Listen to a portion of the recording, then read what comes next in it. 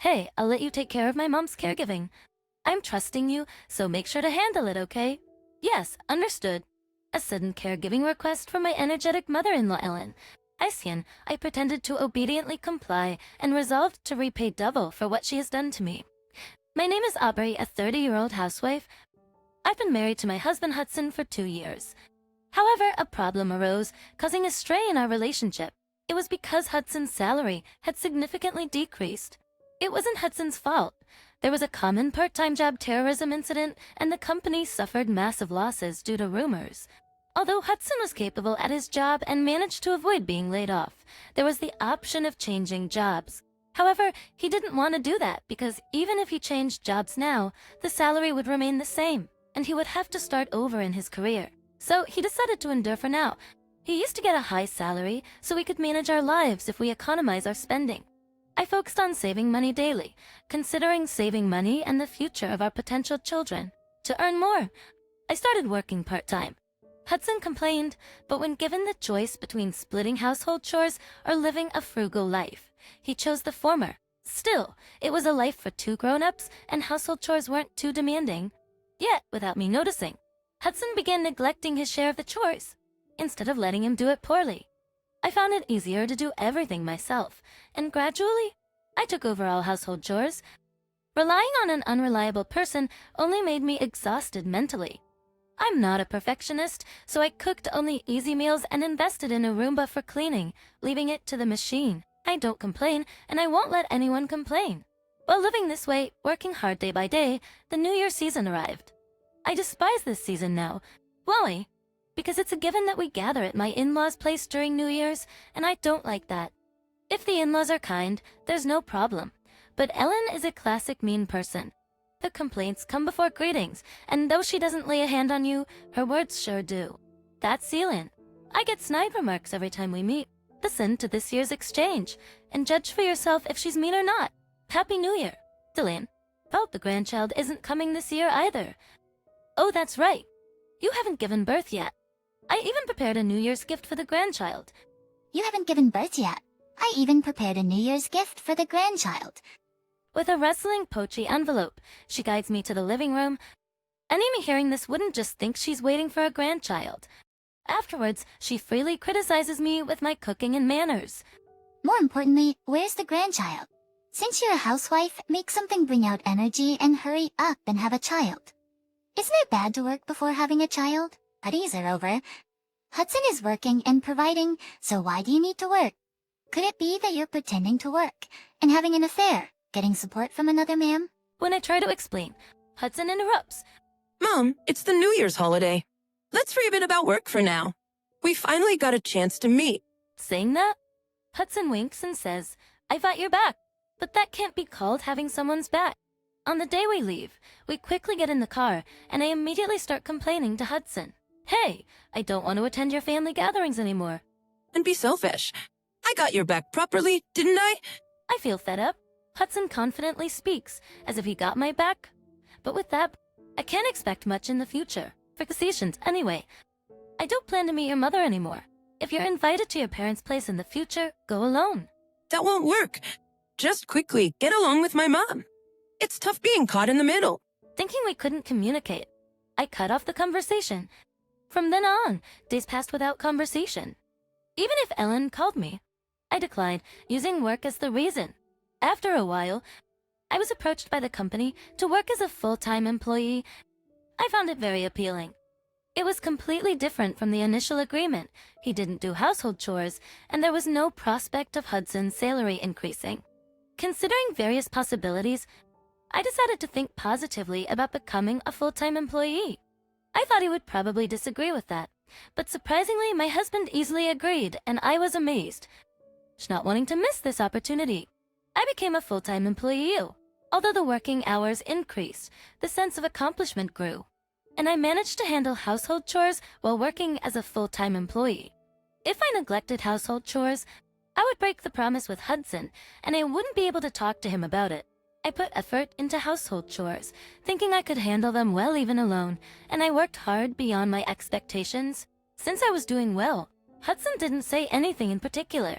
I had thought I would retort if he did, but it seemed Hudson's job had become busier, and he started coming home late more often. With an increase in overtime work, perhaps he didn't have time to pay attention to my household chores. Income stabilized, and life became more comfortable. With all that, maybe we could work on our relationship, and even if we had children, we could raise them without any problems. However, my expectations were easily betrayed. It happened when I attended a company drinking party. First on that day, Hudson had also mentioned a drinking party, so I was out drinking until late after a long time. After the first round ended, when we were planning to go to karaoke with some close female colleagues, I noticed my husband coming out from a bar a little distance away. I thought of going to talk to him, but hesitated, thinking it might be intrusive since he was drinking with his colleagues. But contemplating, I kept looking at my husband. Then a young woman came out from behind him and wrapped her arms around Hudson. I noticed my husband coming out from a bar a little distance away. I thought of going to talk to him, but hesitated, thinking it might be intrusive since he was drinking with his colleagues. While contemplating, I kept looking at my husband. Then a young woman came out from behind him and wrapped her arms around Hudson. I couldn't believe what I just saw and rubbed my eyes. There was Hudson with a smile on his face and a young woman gazing at him in admiration. The two of them walked towards the downtown area together. There probably wasn't anyone else they were drinking with. I was not certain, but my woman's intuition was telling me something. That was definitely an affair. My drunken deduction was like a great detective. Looking at those two flirting, what's going on? Both that age difference is probably an affair. It's rare for a young girl to get serious with a slightly balding, chubby middle-aged man, but Junior, who lacked consideration, boldly cut into the conversation, unknowingly judging my husband. However, since we got to the same conclusion, it seems my intoxication was not due to deduction, but rather the alcohol itself. I was not in a mood to sing anymore, so I declined going to karaoke. Even after returning home, I couldn't calm down. When did my husband start having an affair? Was it started when I became busy with my part-time job, or was it after becoming a full-time employee? I had no idea and no clues. It seems I won't be becoming a great detective anytime soon. I couldn't shake off the feeling of unease. Determined to know the truth, I decided to hire a real detective to investigate. Soon enough, evidence piled up confirming that my husband was indeed having an affair. However, what shocked me even more were photos taken by the detective capturing my husband, his affair partner, and Ellen entering my in-laws' house together, or going out together. Why would Ellen be with my husband and his affair partner? Either way, it was confirmed that Ellen was aware of my husband's affair. I immediately thought of getting a divorce. However, at that very moment, I received bad news. John had passed away in a traffic accident. Since John had done a lot for me, I focused on sending off John and had no time to confront my husband about the affair or contemplate divorce. After the funeral, when things seemed to settle down, my husband made a surprising proposal. Mom had fallen and injured her leg due to the shock of her loss. The diagnosis says she'll be bedridden. Wait, isn't that tough? But considering Dad's accident, I understand it's shocking. Hudson nodded in agreement. So, I have a little favor to ask. I'm thinking of bringing Mom here. Since you were bullied by her, you probably don't want that, Hudson said with a dejected expression. So, I made it clear. Well, that can't be helped. You gonna hire a helper or something? Isn't it the wife's job? You said that it can't be helped, right? Hudson seems puzzled, perhaps surprised by the unexpected response. You got the answer you wanted, so why are you looking so troubled? I couldn't help but almost burst into laughter. Since then, we started living with Ellen. It seemed like Elin and my husband had devised a plan, and it involved tormenting me. Without delay, Ellen put the plan into action. Aubrey, what are you doing at this time? Hurry up and make dinner. Huh, weren't you a housewife? So isn't this inefficient? I've already prepared everything, so it'll be done quickly. Ellen, you're getting older, so you shouldn't eat too much, right? Just with a resentful click of her teeth. Ellen looks frustrated. Let's watch and learn. I'll whip up something quickly. Saying that, Ellen angrily prepared dinner, seemingly forgetting the pretense of being bedridden. They must have wanted to exploit me, treating me like a slave and hoping to drive me out. If they succeeded, they could bring that woman over without revealing the affair, avoid paying alimony, and get a divorce. That seemed to be their plan. However, if I didn't leave, they wouldn't be able to get together with that woman. It would become my revenge against them. Oh, yet, Ellen's harassment was worse than I anticipated. She would overturn the dishes I made and persistently ask about grandchildren. Hudson would laugh at it too. Even if you already knew their plan, being bullied is quite emotionally wrenching. Why can someone who became family treat me so horribly? At this point, it's going to affect and cause trouble for my work, even though they allowed me to work from home. In fact, during a video conference, Ellen loudly interrupted, "Hey, hurry up and make dinner. Come on, be useful for once." This caused quite a stir. So, I decided it was time to counterattack when Ellen said she wanted to take a bath. I saw an opportunity and acted. Ellen, the bath is ready. I'll help you get in.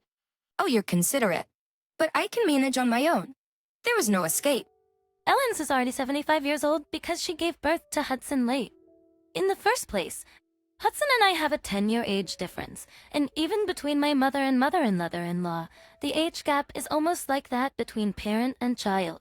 At the age of 75, it wouldn't be surprising to need healthcare or assistance. But I heard your legs aren't good. Hudson mentioned you're bedridden. Oh yeah, my legs are certainly weak, but he exaggerated a bit. I can move around to some extent, so I can take a bath alone. Saying that, Ellen entered the bathroom. Well, I already knew her legs weren't that bad, so I let her be. She should have listened to my advice. Then, I immediately heard screams from the bathroom.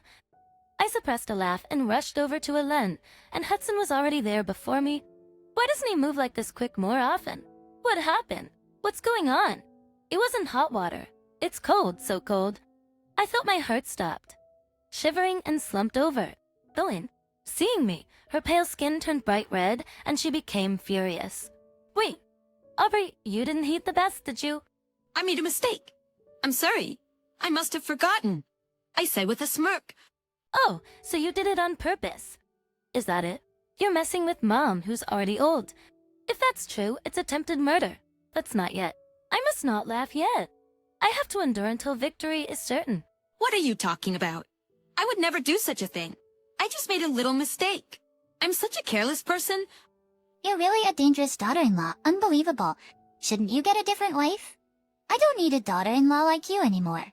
Upon hearing those lines, it seemed like Hudson realized it was the signal for the plan. That, indeed, Aubrey's recent actions have been quite conspicuous. We need to reconsider continuing our marriage. There's no way I can entrust my mom to you. No, maybe we should just get a divorce. Ah, I see. It's simpler than I thought. Well then, let's go along with that script. Yeah, we might as well get divorced. We won't get any compensation for this mistake, but maybe splitting our assets and parting ways is the best way to minimize the damage for both of us. When I said that, both Ellen and husband exchanged satisfied looks. Such an obvious parent-child duo. All right, then go ahead and sign this right away. My husband said, pushing the divorce papers in front of me. Oh, you already had these prepared? It's like you've been planning this for a while. Oh, shut up. Every single time, you're such a useless wife, so I prepared for the worst-case scenario. Fine, we don't need any alimony from each other. Let's just hurry up and get divorced. This time, no Eleni, huh? In other words, my innocence has been proven. I casually signed the divorce papers and decided to reveal the truth. No alimony is unacceptable.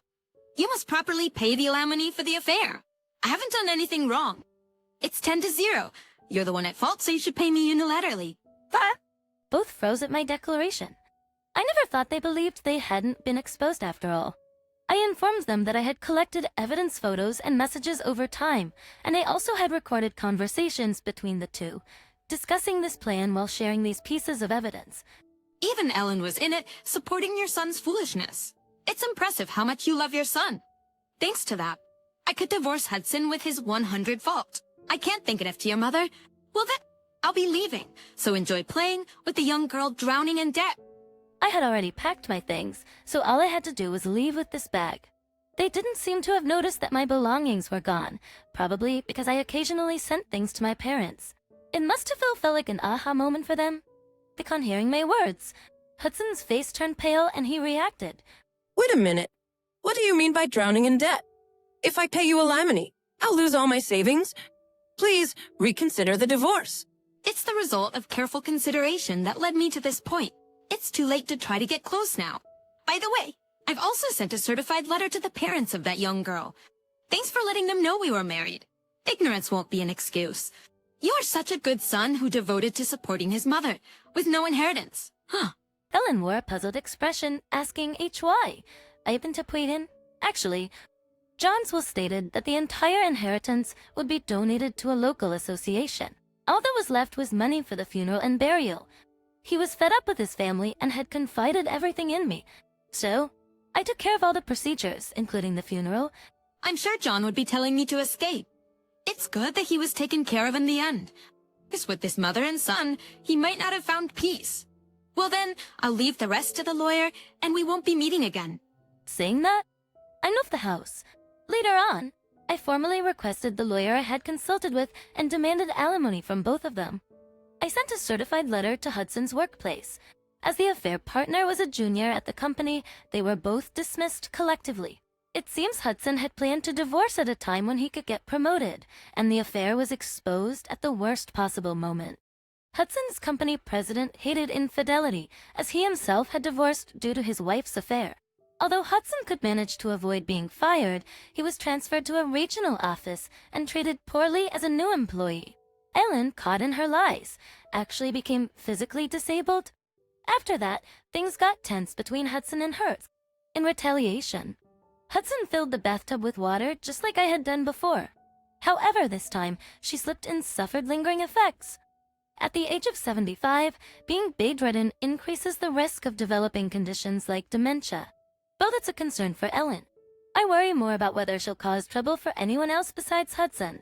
Hudson, now with no money and a bedridden mother, requiring care, and his girlfriend left him. Well, Hudson was just a cash cow. Apparently, Hudson was shocked and has lost his hair more. You might wonder how I know all this. It's thanks to the detective. Hudson's girlfriend had a wealthy fiancé, and Hudson was nothing more than his sugar daddy. Since I was a fiancé drowning in debt, I assumed I would shoulder everything and demanded alimony for the affair from her fiancé. It was out of the blue for him, and he contacted me. After I handed over the evidence, their engagement was naturally broken off, and the alimony amount escalated. Oh, she works in a nightclub, selling her body? In a way, I thought it was the perfect job for her. I've truly come to believe that you can't do bad things. Now with a fresh start ahead of me, I'll look at my bank balance with a grin and start exploring what I want to do.